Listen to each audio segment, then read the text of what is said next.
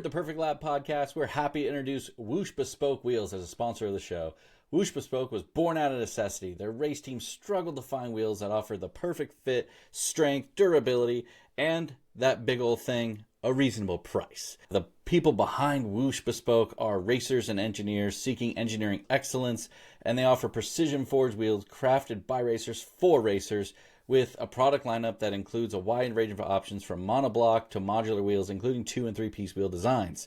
All engineered from the finest materials, although they do primarily use 6061 T6 forged aluminum, but they do offer things as high of quality as a magnesium alloy. So this really can work for any setup you're trying to go for. Customization is at the heart of what they do at Whoosh Bespoke. You can tailor your wheels with custom sizes, offsets, finishes, and even options like custom lettering, adding two-tones. Their colors include both standard and premium finishes, as well as special finishes like brushed, hand-polished, and even paint to sample.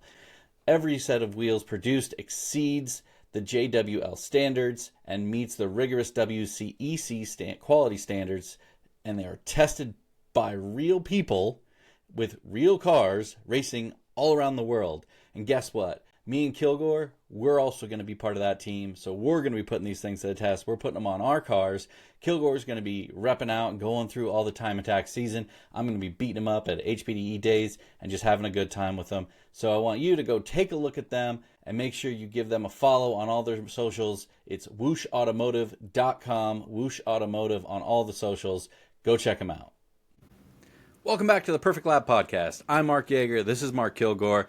He goes by Kilgore. I go by Jager.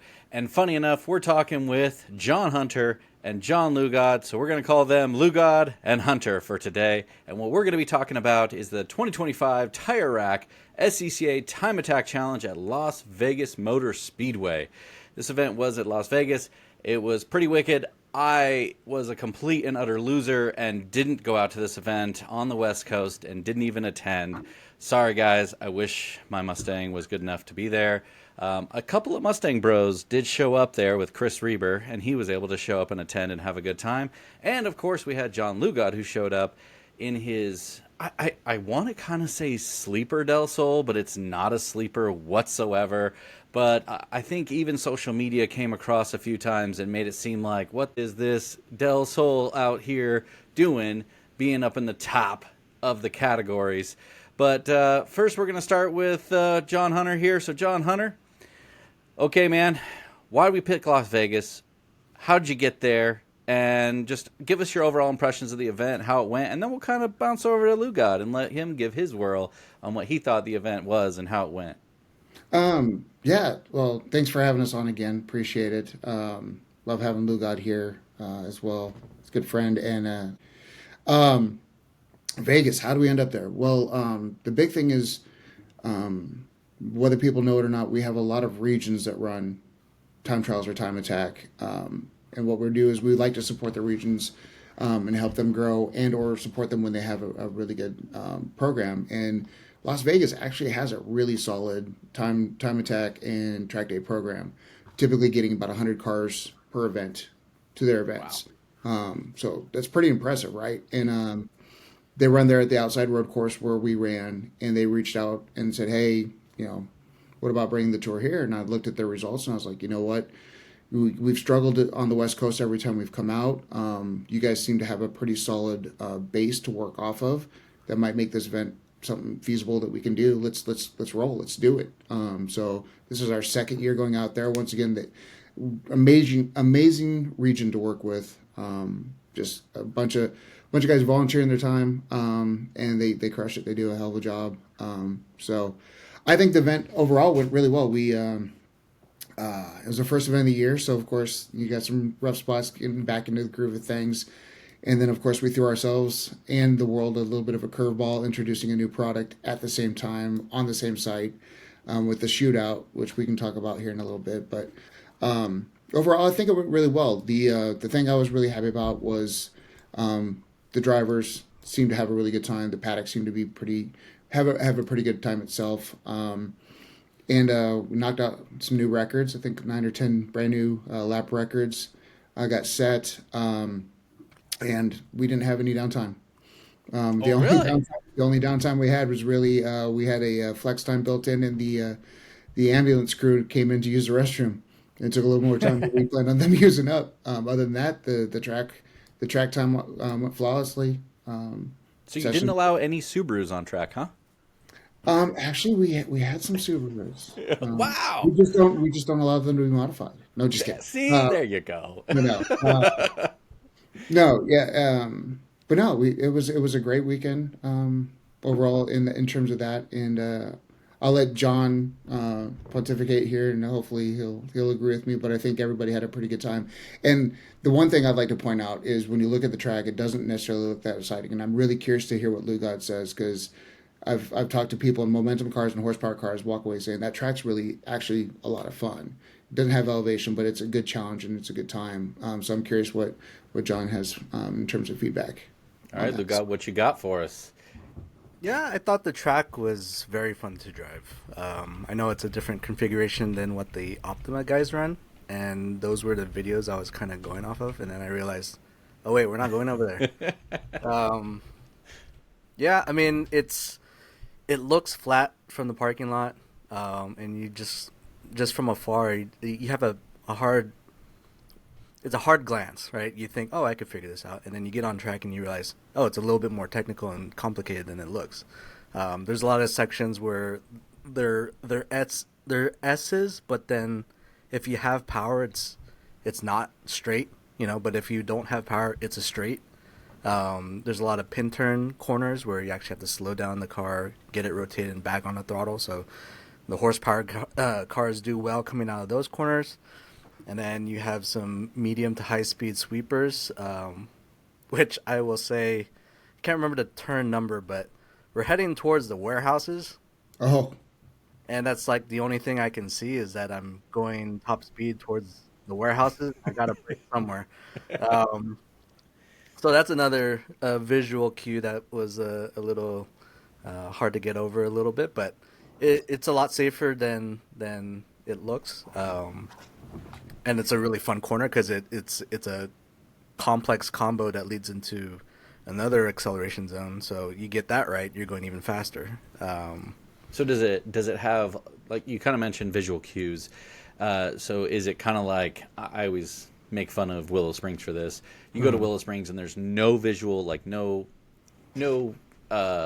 like absurdly apparent visual cues that say like 3-2-1 braking zones, like a lot of really nice tracks have. Willow Springs is more like that. That crack in the road where there's a big So is it more of that kind of aspect, or is it more Yeah, really nice and has like markers in places? I think it's half of that because it's very clear that the crew laid down their own markers. Okay. Like the main straight lean to turn one, they put down cones, so they had like double yellow, and then it goes 3 cones, 2 cones, 1 cone. So they did that, but the section that I'm talking about with the warehouses, I literally had to look at the white line, so track limits on the left, and see that it curved like twice. So I know that the second curve was my braking zone because there was literally nothing else. Because you're looking at a tire wall and you're looking at a warehouse. So it's Okay. like, okay, I know I have to brake here somewhere. And then on top of that, it's a little downhill off camber. So you're trying to hold a tight line and you're just kind of like riding the wave a little bit and just going, all right, now I can start accelerating. yeah, So it is visually challenging to see, and it is. If John, correct me if I'm wrong. I've only driven the track a couple times, but it's probably the fastest corner on the track. Close to. it's the I wouldn't say it's the fastest.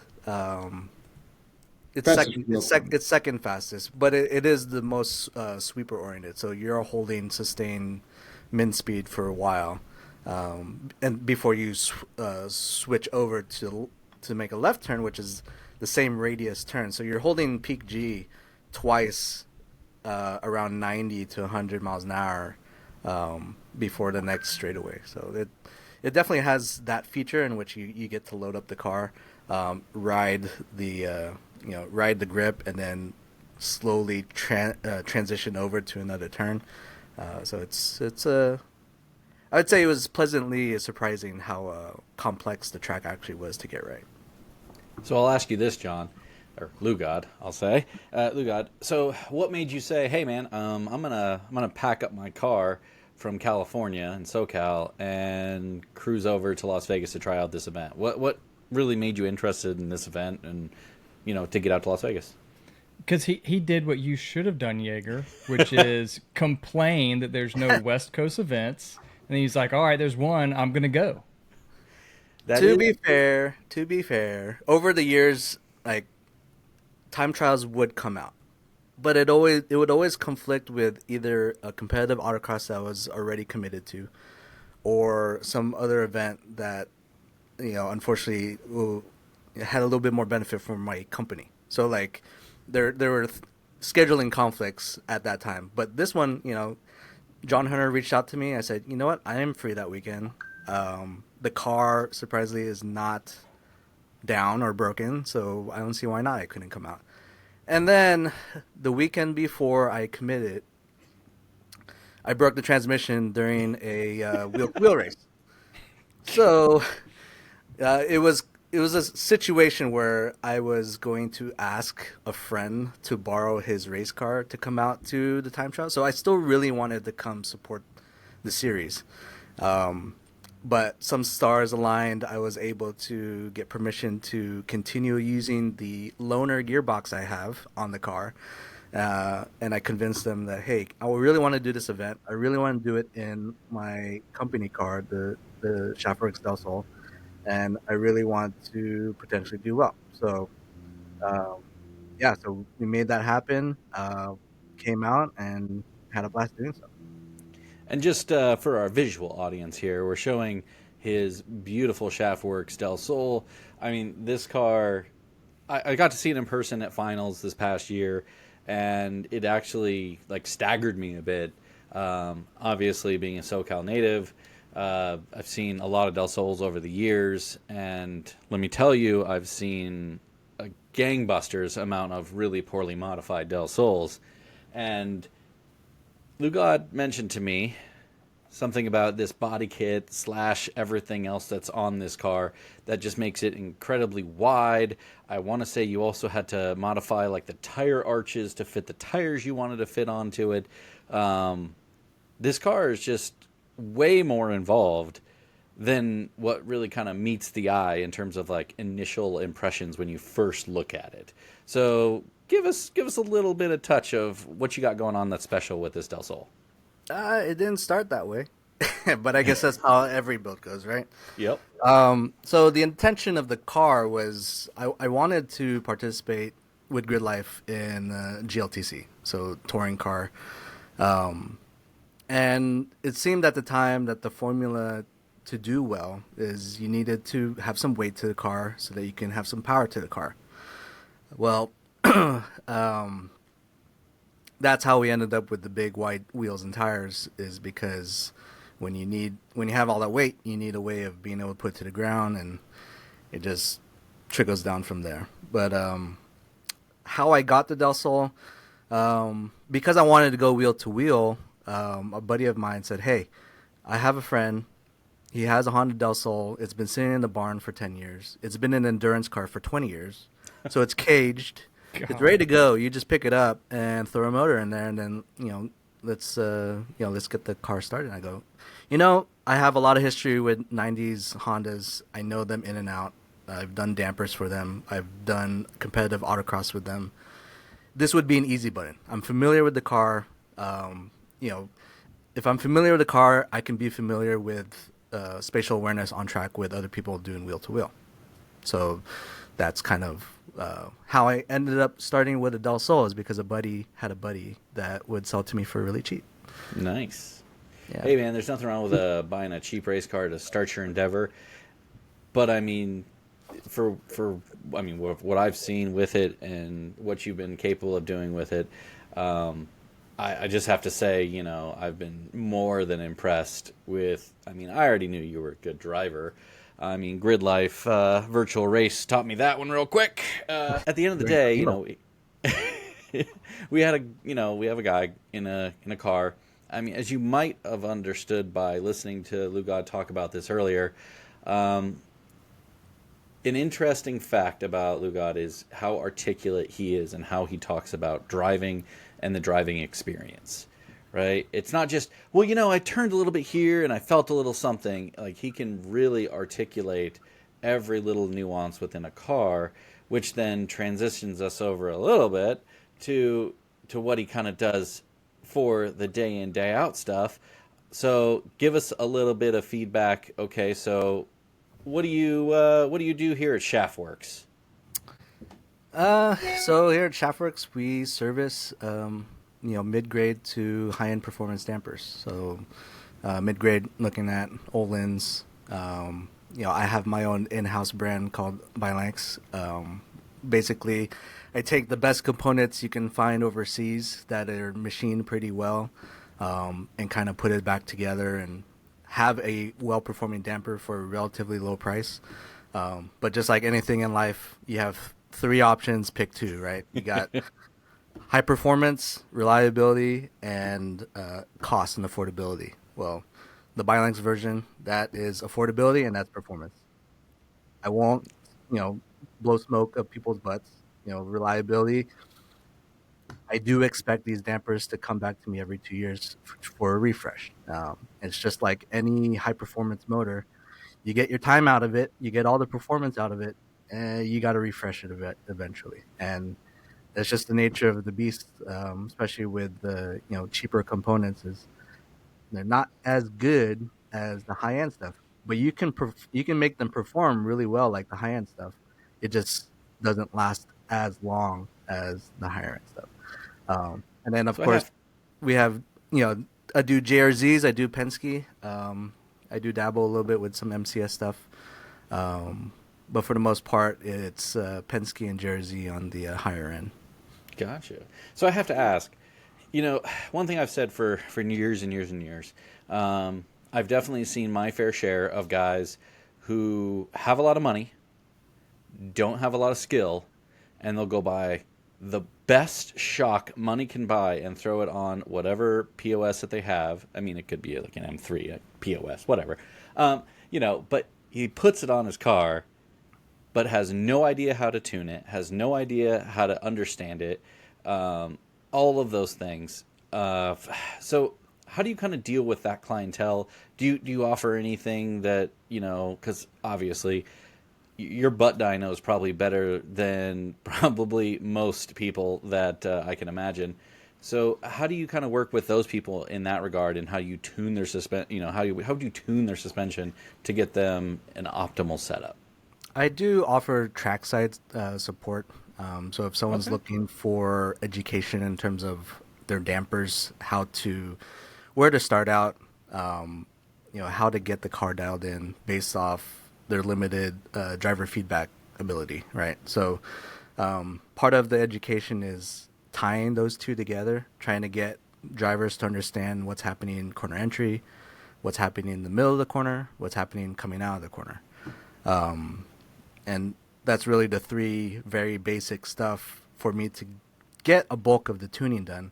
And of course you have the more advanced drivers who are able to split the pie as much as I know, which each corner phase, there's about like 8 corner phases to be able to really dial in the suspension to be predictable how they want it. And of course, it all just grows with the components you have and the people who are there to help coach you get the car and you in the direction that you're looking for. Well, I never made it past the 3 corner phase, so but I will say, it is one of those things. You got to have someone like yourself who's very intelligent and can understand.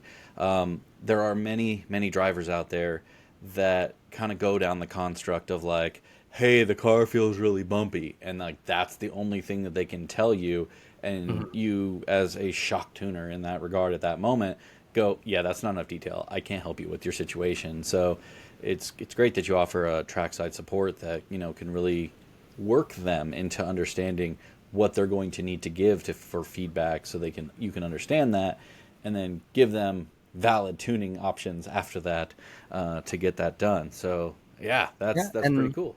And oftentimes I tell guys, if they're really serious about this, like, you can save a lot of money by getting your shocks dynoed, and that's a service that I offer as well. So like if we're looking at a ground up build, you have dampers that you've had no idea what the dyno curves are, have no idea what they were valved for. Step one would be get it on the dyno. I can tell you what they were valved for, so we're not chasing around spring rates, right? If you don't choose to have them revalved for whatever the plan is, right? But that is a huge contributor to getting the car 80% of the way there. If your dampers are paired up with the proper spring rates, then no matter what adjustments you make, you know it's going to be your expectation of what's going to happen is predictable. Especially on my side, where I'm expecting a change to go one way, but the damper is so severely underdamped that we're pretty much maxed out, and it's not doing what we want it to do. And that happens a lot, actually. So There's a reason that John's stuff is on our cars. Like, as I was telling you before this, like I'm currently installing revalved JRZs from my ND, and then we have the bilanks that we're putting on my significant other's car. It's one of those things where John has a massive amount of knowledge of chassis and stuff like that, and can dial in a setup for you, understanding what you're trying to do with the car, what spring rates you should run, and what rates you are running, and then also give you the valving to optimize that. So I can't recommend him enough. The guy's been amazing always to work with, and the products are killer. And I'm going to say this, guys. We had no idea that Lugod and Hunter actually knew each other going into this podcast. We just happened to pair them up based off of Lugod going to the SCCA event, obviously Hunter going and operating this SCCA event, and then come to find out, Lugod goes to the event and Hunter has Lugod's parts on his car. It just goes to show, good people deal with good people. That's really all what it comes down and shows. So, okay, Hunter, we're back over to you for a little bit. So, okay, you told us the event went pretty well. So, now at this time, I want to understand a little bit more about the shootout to time attack aspect. They have the shootout there, and so for the time attack crowd, I just want to kind of give you the floor and kind of have you explain what the shootout is, and then the time attack, the classes for the time attack, and what the purpose of.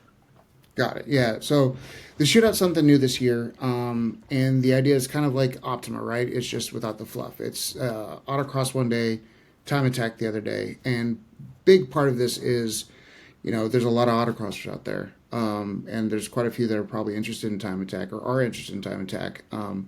But it's easier to get involved in something if you're also doing something you're familiar with.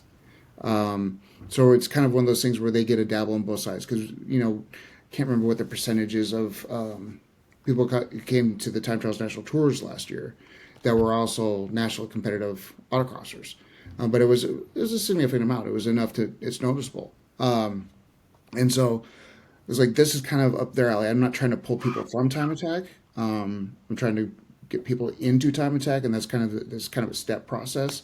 But I'm also looking for SCCA to create more ways for people to play that are playing in certain ways, such as like Optima, and that kind of thing, where people want to do a kind of dual discipline type of event. So that was kind of the thought process behind the shootout is, I wouldn't call it a stepping stone in any way, shape, or form. I would say it's its own little thing, but at the same time, for those folks who want to try out time attack but are, autocross heavy, this is a perfect opportunity to do a little bit of both. And if you're an Optima person, they're already into that kind of thing, this is another event where you can go and do your thing and enjoy your time. Just another opportunity, right? And then time attack, it's the old dyed-in-the-wool Time Trials National Tour from last year. Some subtle tweaks to the format when it comes to sessions and time and stuff like that. but it's still time attack at its heart, and that's kind of like going back to your podcast from last week with JD. That's still the pinnacle, right? That's still the main show of the event. That's still the main thing. Because at this event, we also had a track day. That was on Saturday. Right. So we had a track day on Saturday, while the shootout folks were on the autocross pad, and then on Sunday we brought the time attack folks and the shootout folks together on track to do time attack all day long.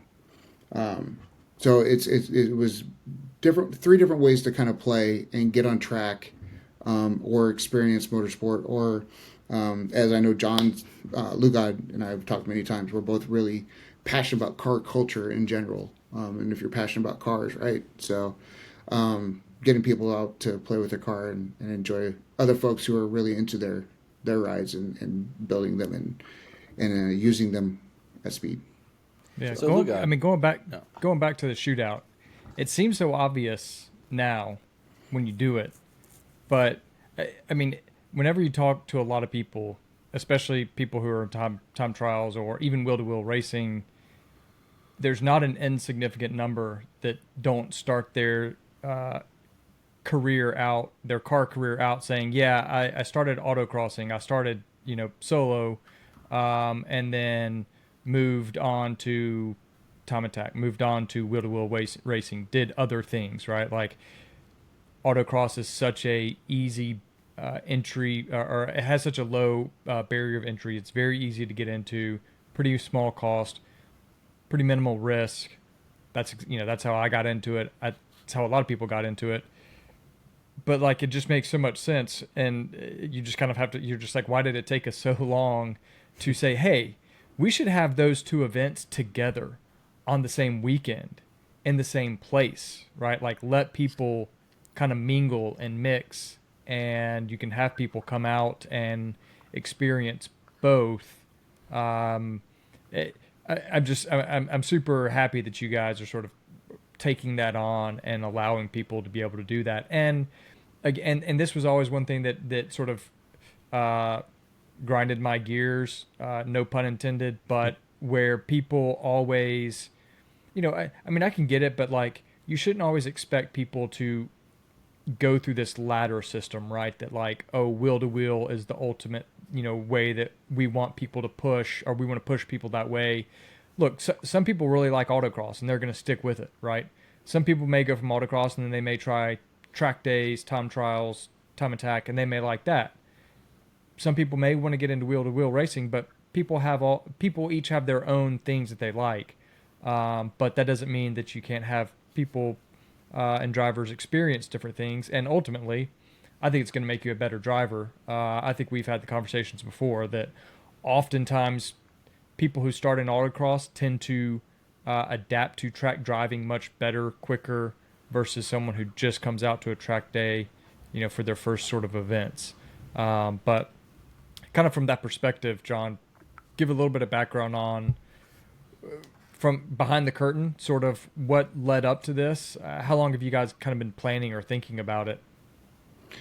We've obviously known that autocross is the easy access, low barrier place to get into motorsports, and that was kind of the goal with time trial, is to take that autocross mentality of easy access and then bring it over to time trials. That's why we have, like, you can show up as a novice and you can do time attack. Like, you don't have to have an advanced HPD license to come run with us, right? But when it comes to like the shootout build and the thought process behind that, it's fairly fresh. It was one of those things where a few of us were kind of looking around and going, okay, we have these opportunities at these certain tracks. Like with Vegas, we run the pro solos and we run the national tours there in the lot besides the track. And at NCM, the region runs autocrosses there in the paddock all the time. Pocono, where we're going to be doing the third one, that's third shootout, where it's both track and autocross. There's the region there runs autocrosses there all the time. And so I was like, well, we have this opportunity. Why don't we exploit it? Why don't we use it? Why don't we fill up the paddock and make? Because let's all be honest, a full paddock is more fun paddock. right? It's the organic parties and the organic entertainment that happens in a full paddock is much better than a paddock of 20 35 people, right? When you have 120 cars on in the paddock, you're going to have fun. If you don't have fun, you're not looking for it. Plus, So there's that more was spare that was parts part, laying around. right. Yeah, so that was the other part of the thing is like we're trying to say, how do we make these weekends bigger and more entertaining and more fun, and just a better event to be at, without stepping outside of what we think is our core identity, right? There's lots of ways to do things, and we want to be true to ourselves. And for us, we're the Sports Car Club of America. We're about cars. We're about motorsports and cars. And like Lugod and I have talked about this a few times, like I want to make sure that we stick with car culture.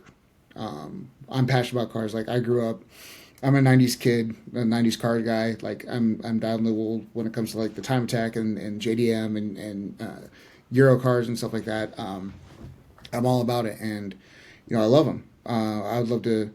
I'm trying to find a way to do more events like we had at VIR the last couple of years, where we brought in Driver Motorsport to have a car show alongside of our event.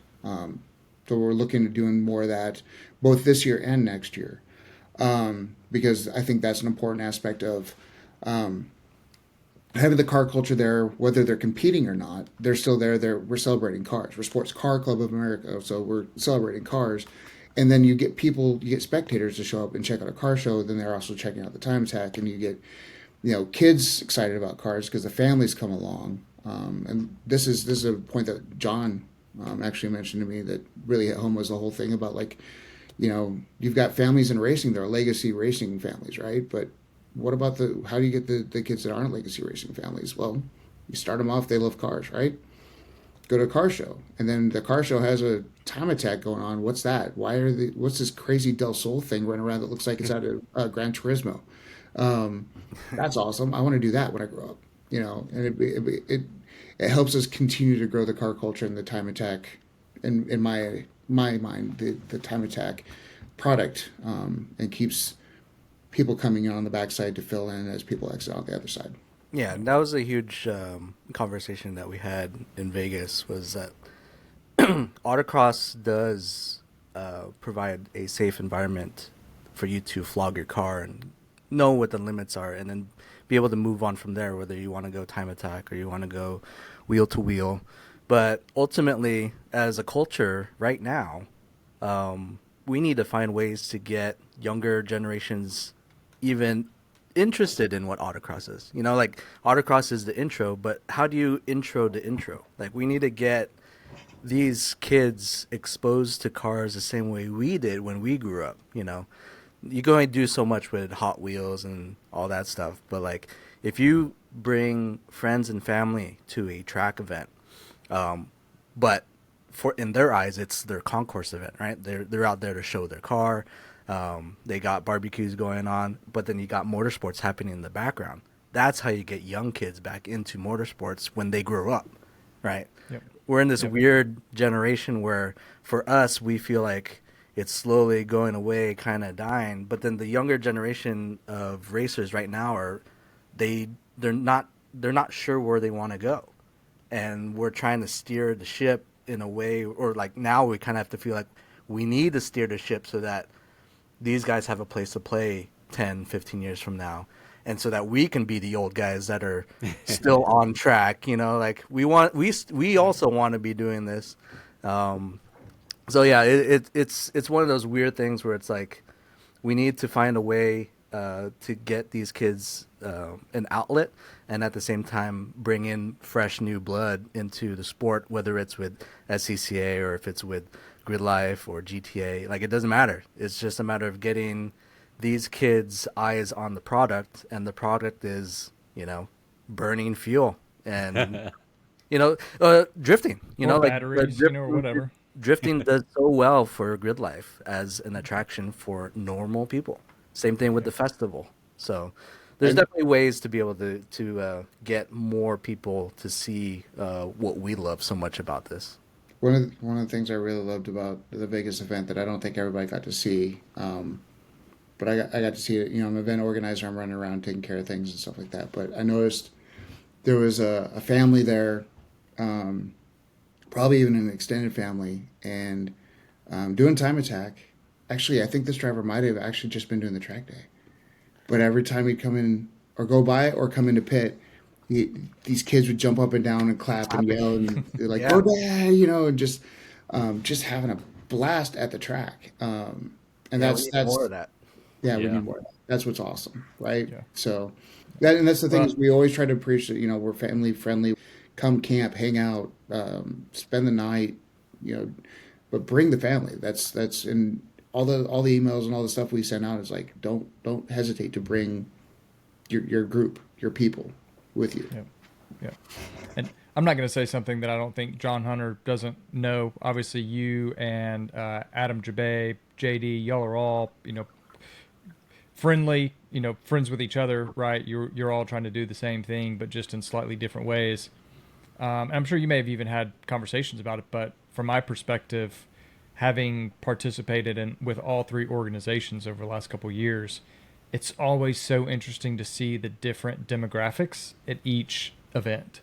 Mm-hmm. And they're all slightly different, but I think that goes back to what I think you were touching on, which is these sort of ancillary additional events, that are going on, whether it's a drift, whether it's car show, whether it's wheel-to-wheel racing, whatever it is, that brings in different people other than just the guys and the girls that are driving and maybe their extended family, right? Yes. Now you're getting more people who are just interested in cars, and they're like, well, oh, hey, I'll go out there and, there's going to be a car show. There's going to be other things going on, and let's just go out there and let's just see what's happening. And then you start to get a much more diverse group of people at an event versus, just a bunch of, admittedly, mostly middle-aged male dudes who were there driving their cars, right? So it's great to see. And I don't want this to come off as sounding like that I want SCCA to just sort of become Grid Life or GTA. Each organization has a way and they have things that they're trying to accomplish, but you can also look at each organization and see, okay, what works for them, what works for us, how can we adapt some of these things? And so it's good to kind of see and hear that, you guys are doing the shootout. You guys are, looking at other possible events, car shows. What other groups can we bring in to be a part of this event and grow awareness for everything? Because at the same time, I always see, even going to Grid Life, going to Global Time Attack or Super Lap Battle, I'll go walk around the car shows. Like, I'll go see some freaking ridiculously built cars, and I'm like, this is cool. I go and watch the guys do drift, right? Like, pretty cool. You got some pretty ratty cars. You also got some pretty awesome cars, but they're just different. So even, that can bring even some of the time attackers to some of these other types of groups. No, one of my favorite things, the second year that we did the VR event with Driver, is walking through the paddock, and I hear, and I've had other people tell me they heard the same thing, is like, I can do this with my car? Yeah. And it's like, yeah, you can. It's like, you don't have to have the car with 8 wings and 2 turbos and all that stuff. You can bring out your Del Sol. Crazy built a Sol, but you can bring out, Mustang. You can bring a stock out Mustang. Come on, Jager. Yeah. And that's, we get some grief because, we have so many classes, but that's also a little bit of the beauty of our side of things when it comes to time attack is it's easier to get into. You have a better chance to compete because there are a few more places for you to compete in the type of car that you have now. And then we also have classes that you can build towards that have really good crossover, in my opinion, with GTA and Grid Life. So you can kind of do it all. You can show up with what you have, and then you can aspire to build something rad, and time attack specific, and still run with us and run with other orgs. So that's what Lugod a quick little. It's kind of a nasty question, but I'm gonna ask it anyways. But Lugod, so you spicy. You run in a lot of different series. You've been around for many a years. What do you think of the rule set and where your car essentially gets placed within SCCA time trials / time attack? How do you think that rule set is working out? And obviously you have an audience with Hunter here. Obviously you know him personally, but I didn't know that before I thought of that question, so I'm gonna ask it anyways. My car doesn't fit anywhere with SCCA time trials, and that's okay. The car was not built for that. So I'm not looking for my own class. So I understood that I would be running unlimited, mostly because I do have a power adder on the Del Sol. It is supercharged, and that was pretty much the only thing that was kicking me out of the max category. I did run unlimited on street tires, 200 treadwear street tires, versus everyone that opted to run on Hoosiers. Gotcha. So you came unprepared. Got it. No, I'm just playing. Yep. Yeah, and to be fair, no, if I remember correctly, the only thing that bumped you out of max was the dash. You don't have a dash, correct? I have a dash. I don't know then why you didn't run max. Because it's aftermarket force induction, not. Well, you can run that in max. Oh, then I didn't read the rules. Man, Definitely get the aftermarket force induction. We've actually kind of pushed people that direction. We have some OEM force induction in max, but it's with force induction. We usually expect people to at the max level to play with their forced induction systems, and then hopefully build the damn motor. We put those two hand in hand because we didn't want people putting rowdy, crazy aftermarket turbo systems on stock blocks like Subarus or anything like that, and oiling down our tracks, right? So the whole thought process was, well, if you're going to put aftermarket, turbo stuff on your car, we're gonna put you in a place where you'd have a built motor too, because we'd like the two to go hand in hand. All right. Well, I just misinterpreted that then. Yeah, I'm sorry, brother. I wish we would have talked a little bit more before that because I could have helped guide you in. I think you would have been max 2, I'm guessing. Okay. We weren't really going to go down this route, but since we're talking classes, some shake up this year. You guys tweaked the classes. Can you give us a little bit of background on that, John, for people who may be kind of gearing up for this year, maybe going to other events? Yeah. Max has been tweaked. Some cars been shuffled around. Some cars moved from tuner that were not as popular into Max. So kind of give us a high-level sort of rundown for this year.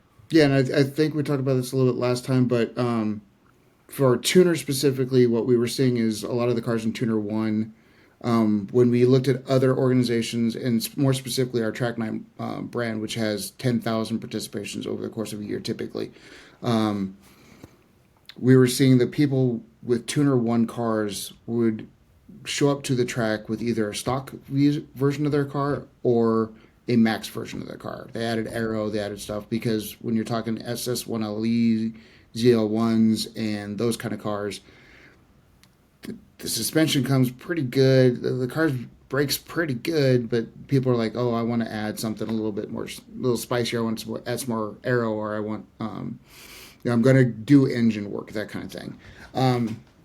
And the reason I looked into that is over the course of the last 2 years, I think we had roughly about 7 total Tuner 1 cars each year throughout the year. So that's a total year versus like 77 in Max 4. Or in Tuner 4, sorry. So looking at the data, we're like, well, people don't build cars naturally in Tuner 1. Those aren't natural builds. And what we've wanted to do as a program from the onset is to be a place where cars it's a car that people want to build. It's not the car that you feel you need to build. Like the joke I always made is back in the day, and I think Lugod can attest to this, there was a point where the neon ACR was the car to have, or like the stock class. And I said, I never want to have an ACR class because no one wanted to own a neon ACR, but they owned one because you could win money and you could win, right? I wanted to build classing so that the cars that people wanted to own naturally and did own naturally, and the way that they modified them naturally fit within our classing to the level that we can, right? Basically, we took a lot of the top Tuner 1 cars and moved them over to Max, or back to, they can run in Sport 1 or they can run in Max. And then we took the Tuner 2 cars up, moved them up to Tuner 1, and that allowed us to take the Tuner 4 and Tuner 3 cars and spread them out a little bit more, because that's where we're seeing the meat of our participation. But the competition wasn't great. There were some cars that were definitely over dogs. And what it allowed us to do is take those, what we have now, Tuner 2 to Tuner 4, and try to create more parity within those classes. More like for like type stuff. And it's never perfect, right? But we're trying to make sure that the cars that are popular, that are showing up, can compete and have a chance to compete with other cars. And then with Max, the idea there, it started off with simplify and add lightness, and I don't know if I nailed that one down very well, because once the horse started running, the barn got really far away. But the idea once again was, how do we get more parity? The big thing I saw was our weights were very antiquated, very, very low weights. What modern cars just can't get to. So like in Max 5, if you didn't have a Miata, a CRX, or a Miata, an EF, or a Lotus, you're not competing, right? And Max 4 had a ton of participation because of twins and S2000s and cars like that. And I was like, well, if we've got only, once again, it was less than 10 Max 5 participations, and that was, a lot of that was co-driven cars. But Max 4 has a lot of cars showing up. Maybe we should make that the lower tier, or I shouldn't say lower, but the starting point. And that allowed us to make Max 4 a little bit more mid displacement, but then also add in some parity. I'm really excited to see what Max 4 can bring this year, because you'll get everything from, mid displacement V6s to Evos, and Oh wow. it's like there's so many different ways to play there that I'm waiting to see what people build and what people bring. And like you said, instead of having one minimum weight with driver, we have minimum weight for the type of displacement that you're playing with. Max 3 became kind of the pony car show. We have a lot of interest from muscle car drivers that would end up in Max 2, but they never felt comfortable going up against the C5 Z06s and those type of cars, because it's just not super fair fight. I don't know what you think, Jager, but this I don't even think it's a fair fight with my twin turbo inline 6. Right. So this becomes a place where the heavier muscle cars that have some rowdy V8s and make some really cool noises, but they want to throw aero and they want to have some fun with the car, can play. And then Max 2 is kind of what it used to be with some tweaks, but for the SCCA folks, Max 2 became kind of the Cam and XS crossover. We looked at their rules when we tried to make sure that they could fall in. And I'm going to backtrack. Max 5 became like the Club TR from Grid Life crossover. A lot of the stuff, cars that can run Club TR can run there. Obviously, there's some things that you can do in Club TR that you can't do in Max. But for the most part, if you have a car that can do Club TR, you could probably run in Max. And then Max 1 is still just the send it. It's until you get to unlimited, it is where the big cars run. Lots of power, decent aero. But all of this, the idea with Max is, until you get to safety level 3, which for us is full cage and that kind of thing, you have to run interior to a point. And the reason for that is we still want these to be like street vehicles. We want people to be able to show up with a car that they can drive on the street and still have fun and compete. They don't feel like they have to build this car does this one thing 3 times a year and that's all it can do. Because backtracking to where we're talking about road racing, like I've always loved the idea of getting involved in road racing, but I love cars and I love my cars. And so I can't imagine driving the car that I love 4 or 5 times a year and possibly having someone wreck it out, stuff like that. I want to build a car that I love, that it looks badass, and it's fast on track, and it's the pursuit of how much faster can I make the car on track, that kind of thing. And to me, that's the ethos of Time Attack. That's like John built the Del Sol, yes, for road racing. It's not a Time Attack car, but like to me, that's a Time Attack build because it's a very unique car that he designed a body kit replicating Gran Turismo and did all these really cool, unique things.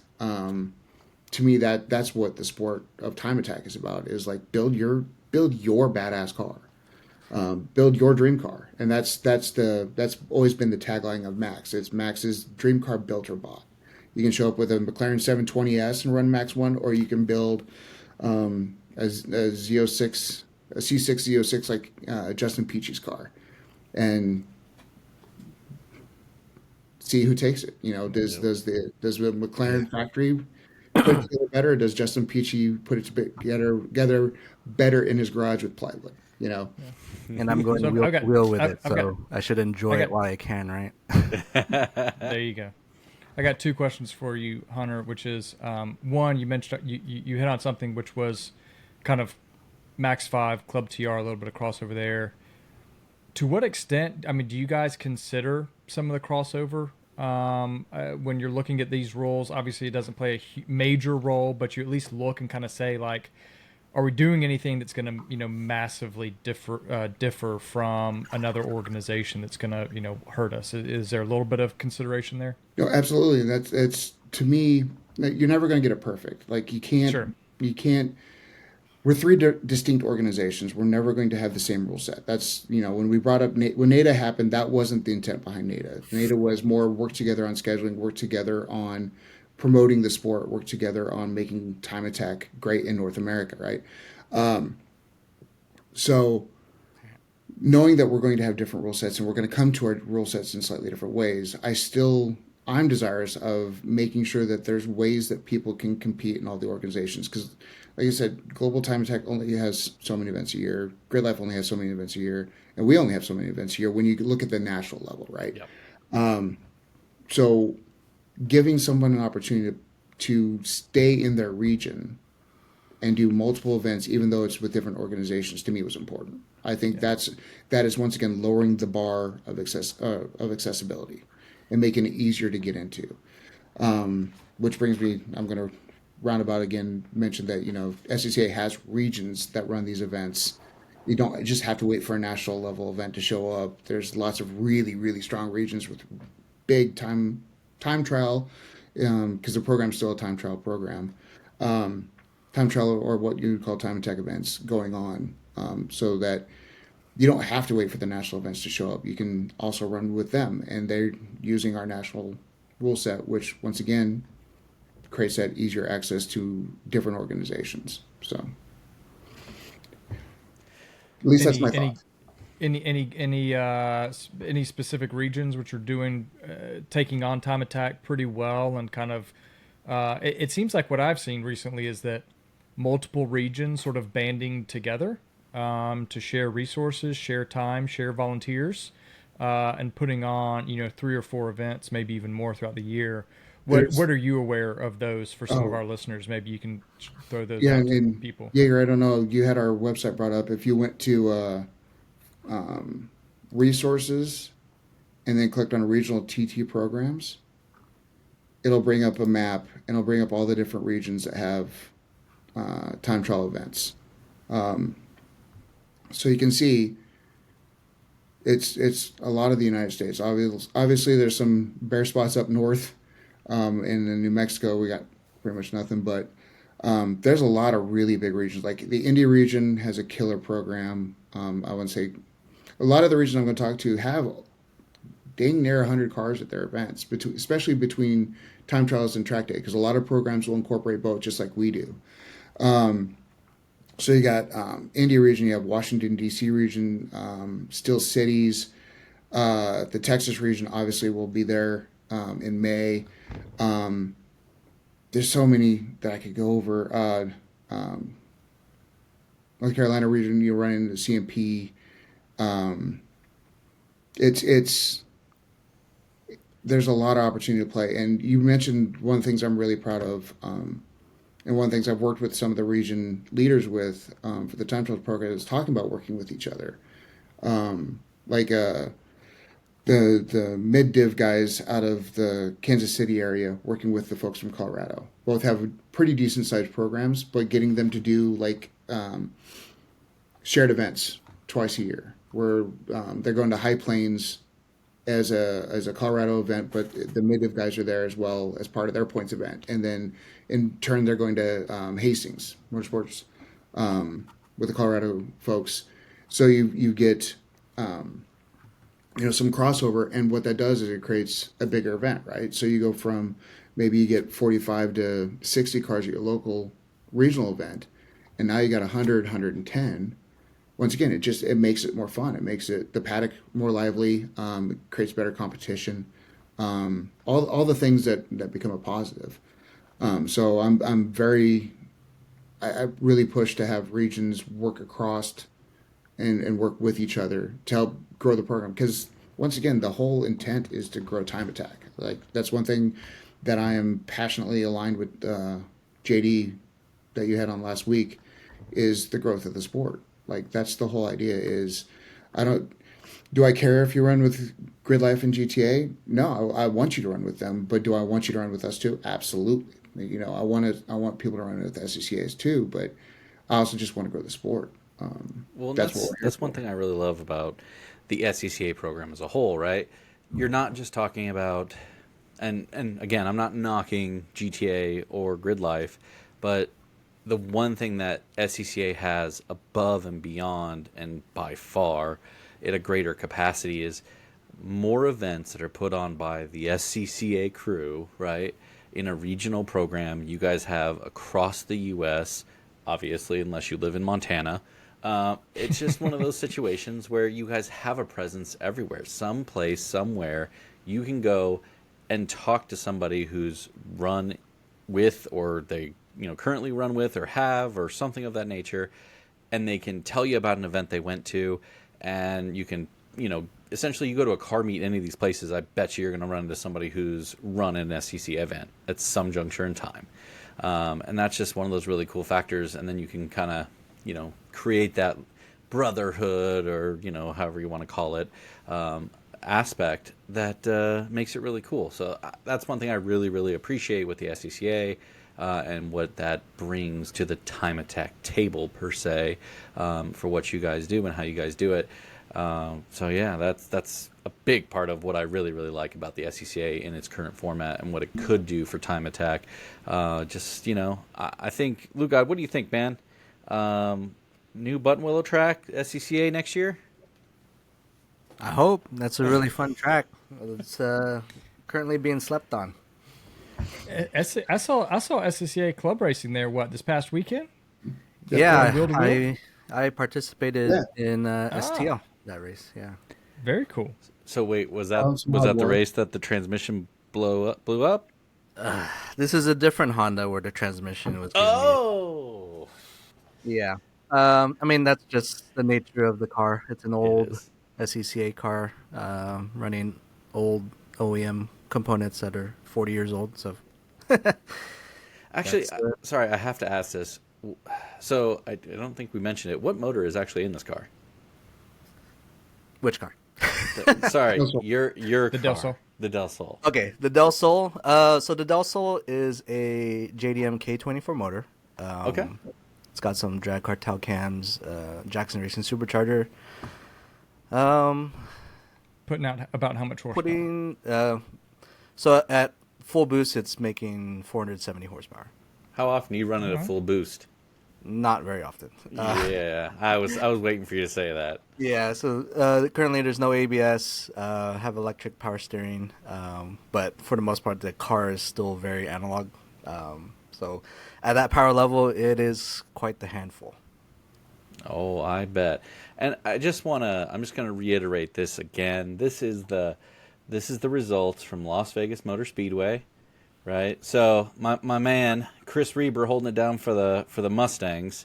He is a Las Vegas native, stellar driver, and he came out there and did really, really well. So I'm pretty proud of my man Chris Reber. Big shout out there. So let me kind of point that out, right? So that's a T1 car, tuner one. So that's going to be one of the new sort of cars that would have moved up. So again, already some of those classing changes having an effect. Just throwing that out there. Yeah, absolutely. And again, I know we mentioned it earlier, but overall position P5, John Lugod, he is surrounded by Corvettes, Camaros, Teslas, and more Corvettes.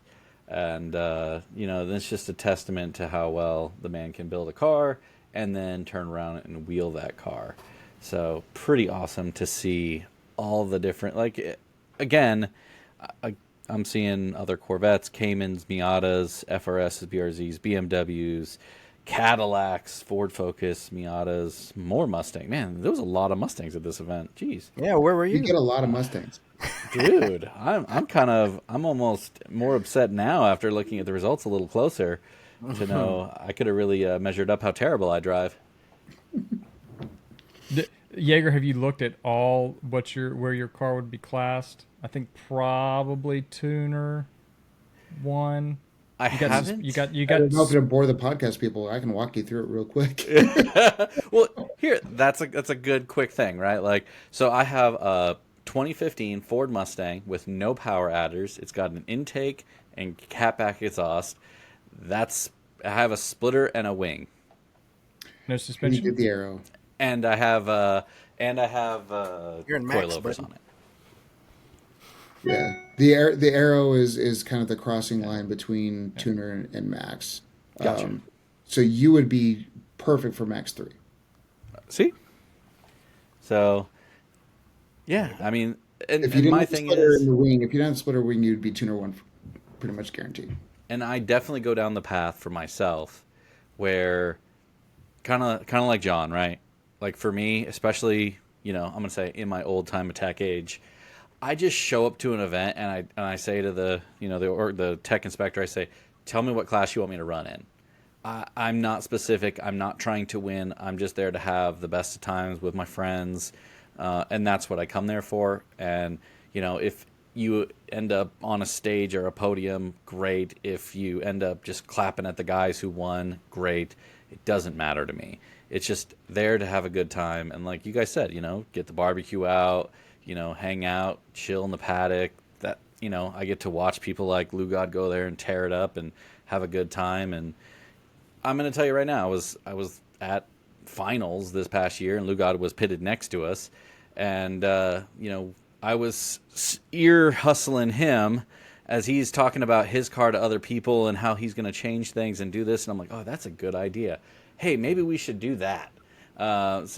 Eventually John got tired of me trying to eavesdrop on all his conversations, and he just walked over and, schooled us on a bunch of information about Porsches that are dumb and gave us some good intel. So, Well, turning the right knob the right direction would be a good starting point. It is. I don't want John to give away any of his secrets, but when he, I'm a tuning dummy for suspension as well. He'll agree. But when he started describing as the shock adjustments as timing devices, all of a sudden it tripped my brain. I was like, okay, now I get it. It makes more sense to me in the way that I think. So I think one of the things, like you said, he's very articulate, but he also finds a way to say it in the way that it will resonate with you when he starts talking about how to set it up. And John, I'm just going to pitch one more time. You need to come back with those shirts that have the tuning information on the back. Oh yeah, I need that shirt again, man. I've got your other shirt. I should have wore it tonight, but I need the one with the tuning so I can take it off and go, okay, what do I got to do?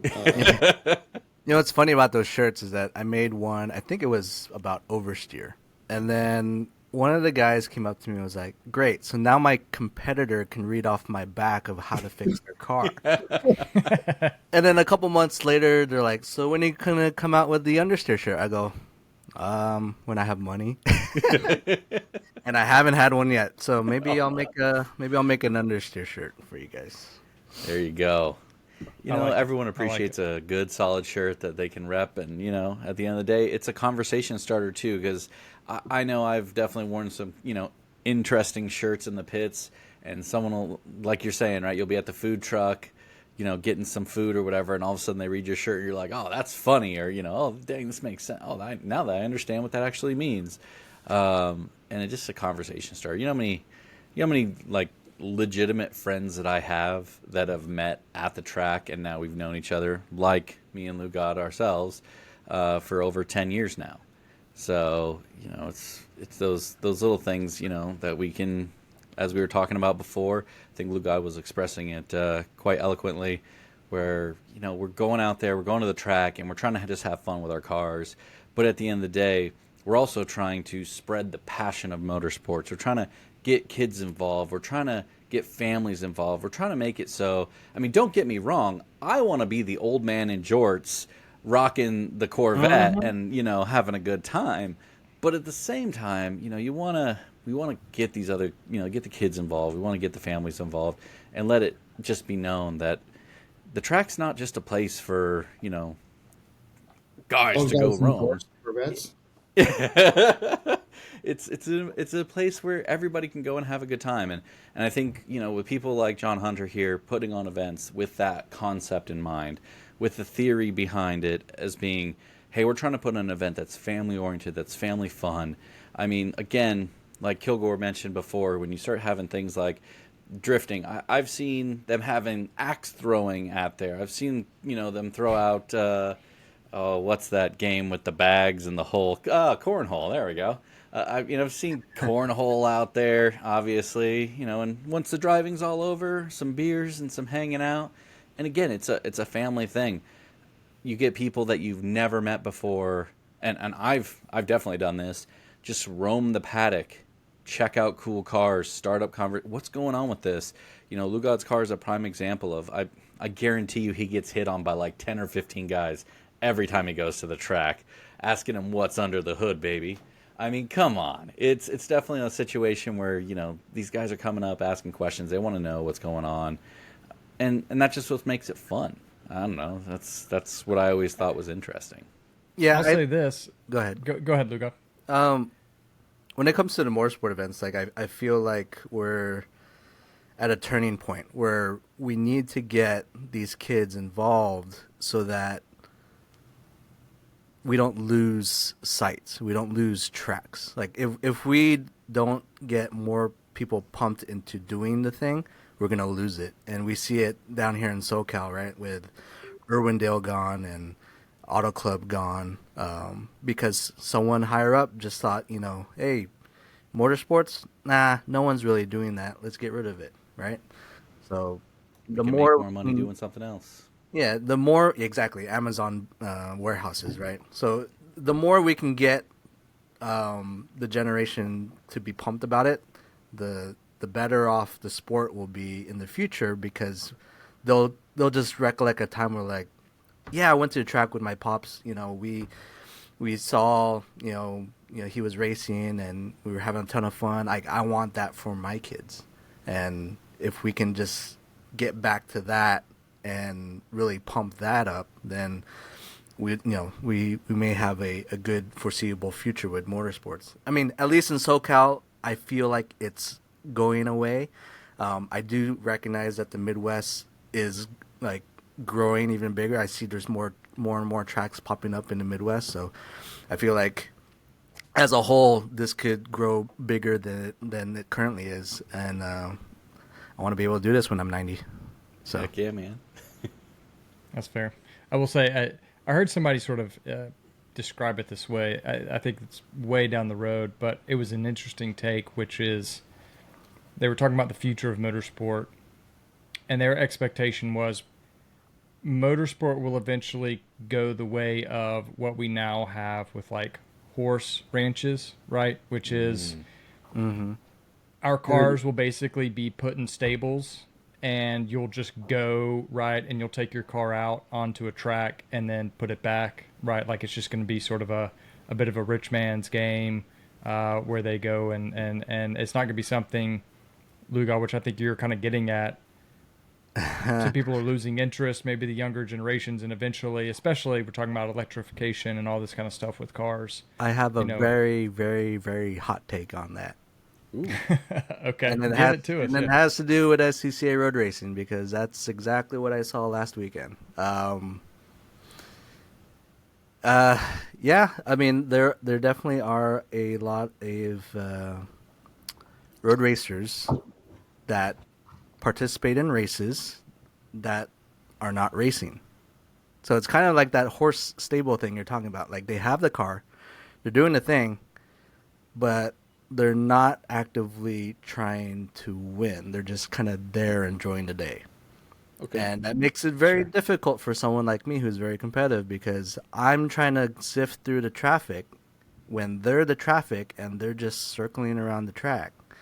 And I get in trouble because they did nothing wrong, but they're in my way. That makes it very difficult. But now that when you mentioned the horse stable thing, that's what I pictured in my head was, yeah, there was this rich guy that showed up with his road race car. He was not competitive, and he was just doing laps.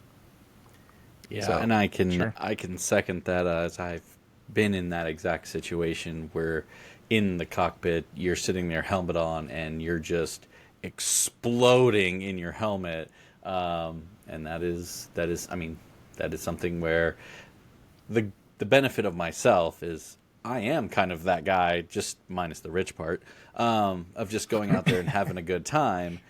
But I definitely keep that in the forefront of my brain of making sure that I recognize the highly competitive individuals, and I'll be the first one to, tell people like, hey man, put me at the back of the pack, or I'll pull off early because I know, or I'll actually wait, give them the first two, like, especially in time attack, right? If you're giving a 20-minute session, they're going to go out in the first 2 laps, 3 laps, get their good laps in, and they're probably going to pull off.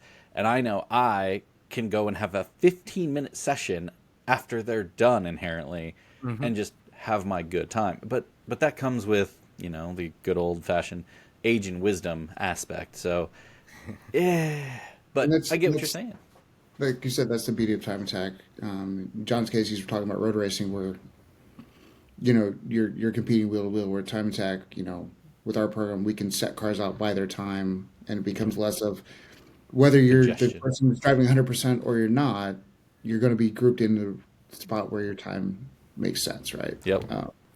So it makes it a little easier to deal with that. And I love your mentality. That's exactly what I want people to be able to show up and have a good time, do their thing.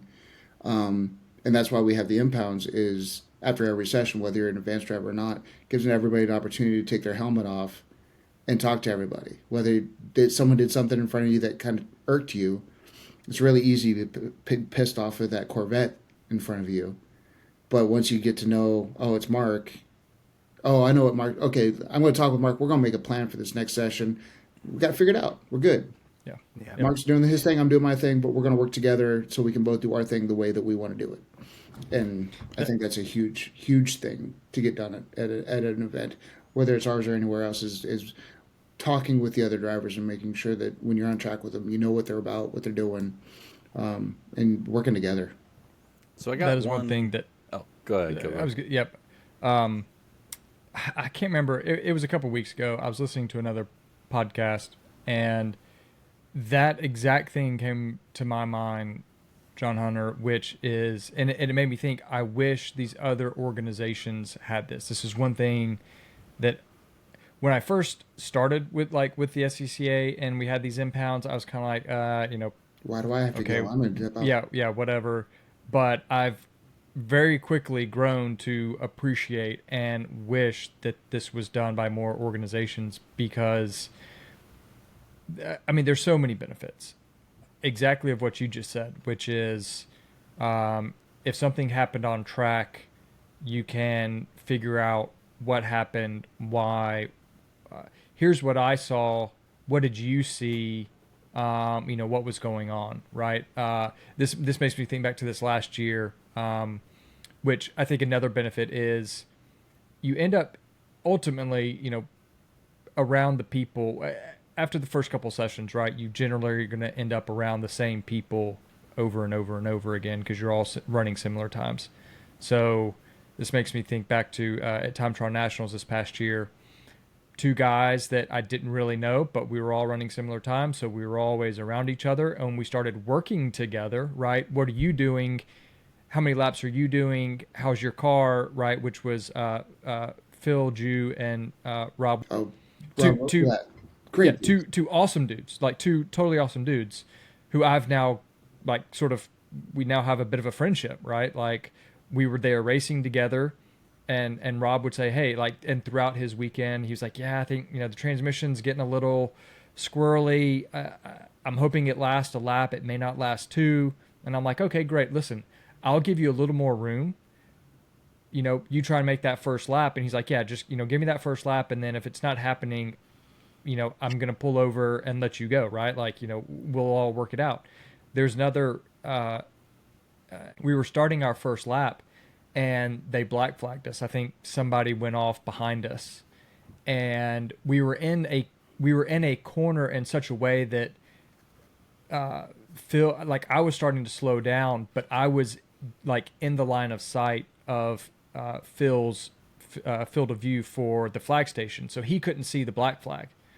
So he was like, I didn't know why you were slowing down, and he went around me and, like, missed the black flag. He ended up having to do an entire lap where most everybody else had immediately come off, but it was just sort of a weird situation.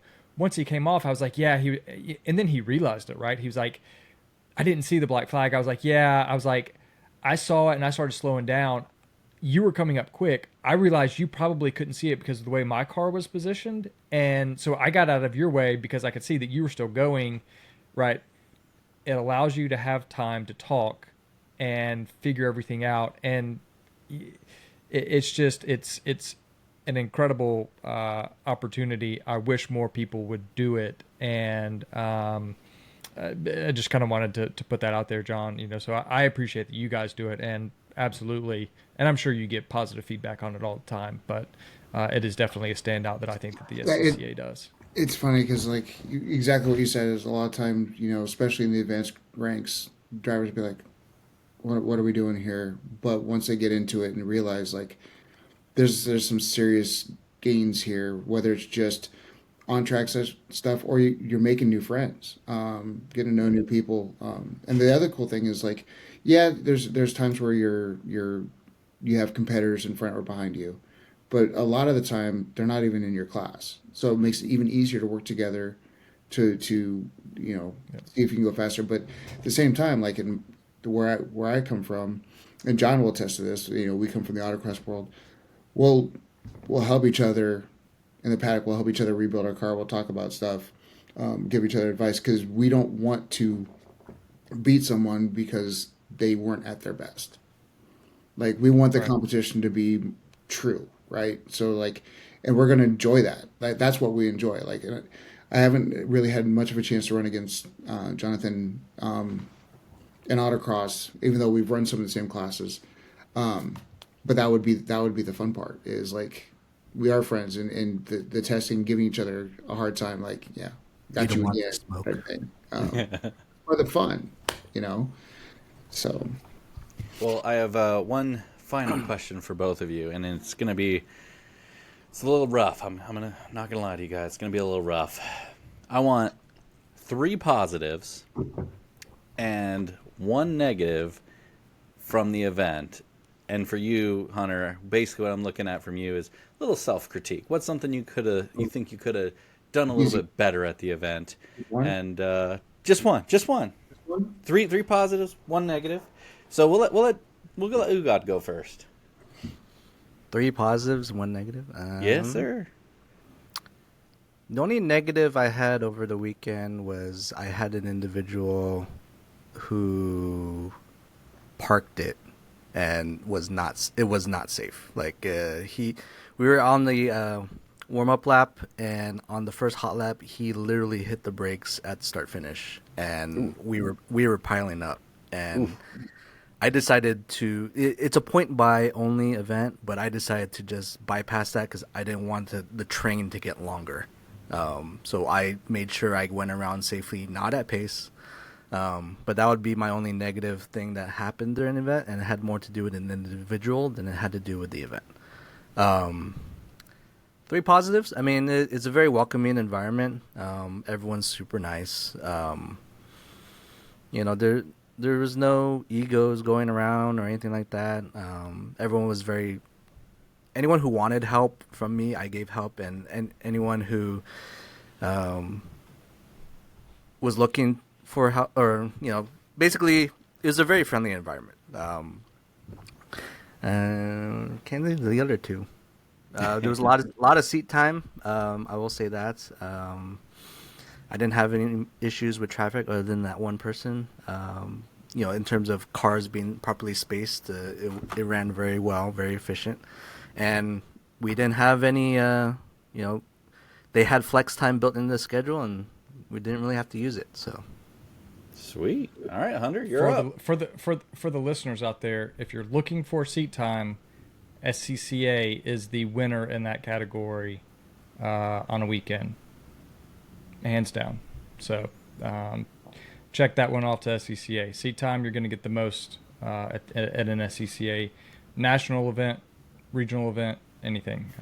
So good point, Lugod. Three positives, one negative. First positive is on a personal level, we introduced this new product called Shootout, and I got to work side by side with the national solo team for the first time. I've worked with them as a driver. I've shown up to national events, stuff like that, but it's the first time I actually got to work with them and kind of see their process, see how they do things. And I have them see ours, and we got to learn from that. So I thought that was really cool. Another positive, second year of Vegas, it went pretty well. We still want more cars, but we had more cars than we had the first year. Overall, of course. So that was good. And I guess my third positive would be just watching everybody have a really good time. Seeing people give each other high fives, seeing just the general get people getting, whether they got on podium or not, getting new personal best. Like watching someone come off, get out of their car that was there the year before, and say, "I just beat my personal best by a second." And they might not be on a podium, but they beat their personal best, and that to me that's just as good as a win, right? Because that is a win. Yes, it is. So I think the best positive is just seeing our drivers come off track and having a good time. That's why I'm in it. I think that anybody that runs these events, JD, Adam, myself, that's why we do this. Is we are drivers. I know JD's more drag racing. Adam is obviously a driver. I'm a driver. We want people to feel the way we want to feel at the end of the event. So when we see that. That's what it's all about. Negative. It was the first event of the year, and I'll cut out the excuses. I had better organized coming in just a little bit. I think the event ran on time. I think the event ran organized. But I always say that the back of the house is not the same as the front of the house. The sausage may be great, but watching it made, it's pretty messy.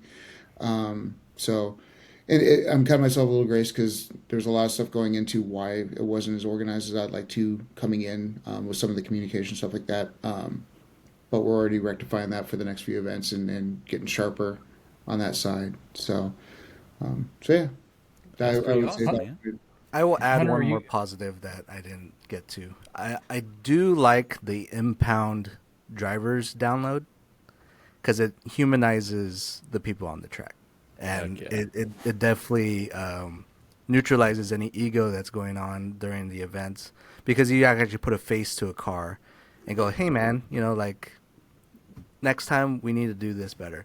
And a lot of other time attack organizations, when you're on track and you decide to come off, you're heading straight to your paddock. Yep. And Absolutely. I will say that's a very good thing that I liked about. The time attack / time trials program was the download meeting. Because it's not like your normal track day download meeting where you go, everyone meet at the classroom in 10 minutes. No, this is this is immediately after getting off the track, and you have to hold yourself there at impound. and allow everyone a chance to talk. So I did like that aspect of it. Yep. I mean, one of the biggest things, we'll beat this dead horse again, but it also allows people who may not realize that they are doing something that is affecting people downstream. Yes. That they just don't even, right? They just don't even recognize or realize, so it just allows people to say, oh, hey, yeah, like we were 10th in line and we were at a standstill, right? Coming to the start finish straight. Because on the gap lap, the third car checked up Yeah. to create more distance, and that caused the traffic jam. That caused all the issues. Yeah. Taking selfies is hard, man. Like you have to like hold on a minute. It's hard. It's rough. Yeah. Well, I'm gonna ask. I swear I said I was gonna ask one more. I'm gonna ask one more question to end it on a super positive note. So, how many new records did you say? I want to get this right. 10 new records. Wow. 10 new records at Las Vegas with SCCA. Hunter, Woo! are you guys still? Do you guys still have the big banner that you got that are you're taking around to the events that have the records on there? So if you set a new one.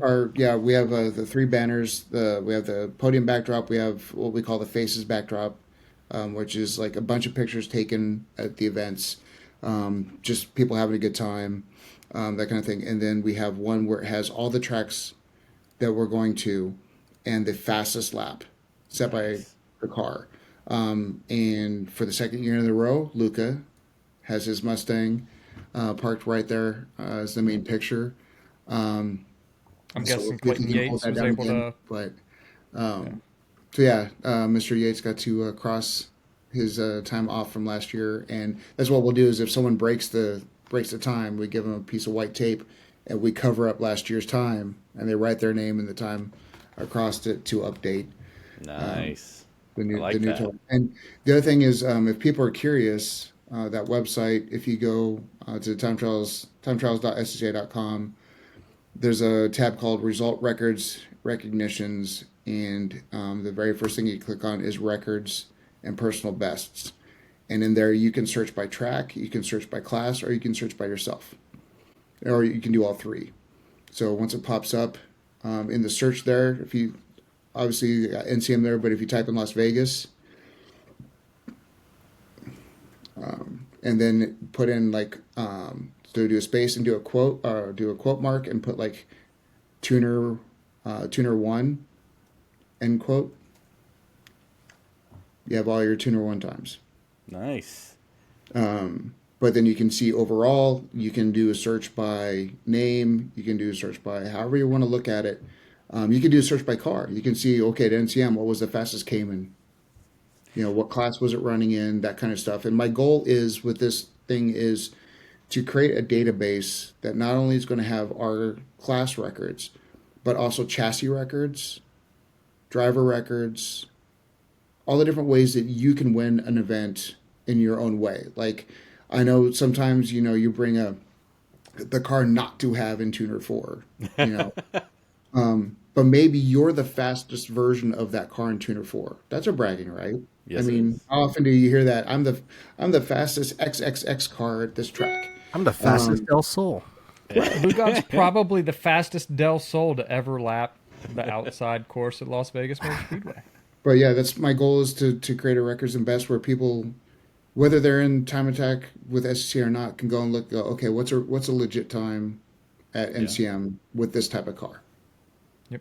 And because really you can cool. do that, you can S2000 board had S2000 times, and Miata.net has a. But where do you go where you can see all the different times? Like, I want to compare my ND against an S2000. How far off am I actually?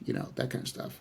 I think that's a super cool feature, because that's something I know a lot of people. One of my favorite things on the planet is always people saying, I have the new S2000 record with race seats and 200 treadwear tires and no top and all the things that people in Southern California like to brag about.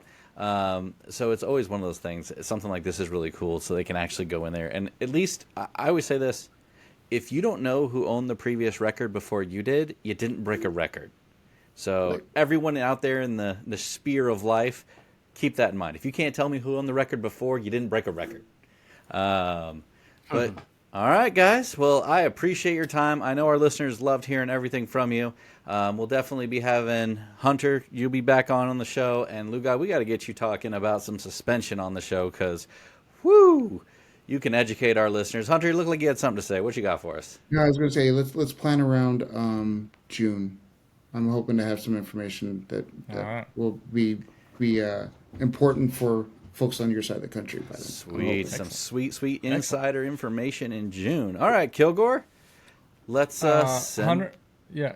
Well, I was gonna say, if people are interested in getting in contact with you, Mr. Hunter, at SCCA, how can they do that? A couple different ways. The easiest way to get me directly would be my email is just my first J, the letter J, Hunter at SCCA.com.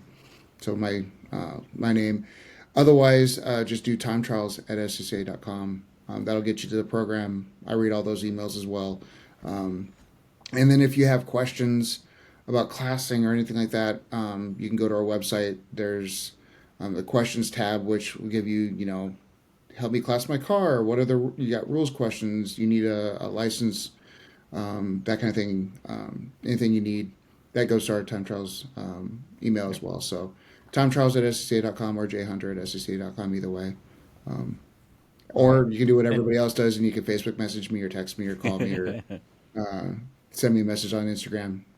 Either all of it works. I will direct you to an email if it's an official stuff, just so I have it documented in the right channels. But Great. One other thing we will mention, if you're on the timetrials.scca.com website, you might venture over to resources and look under contingency.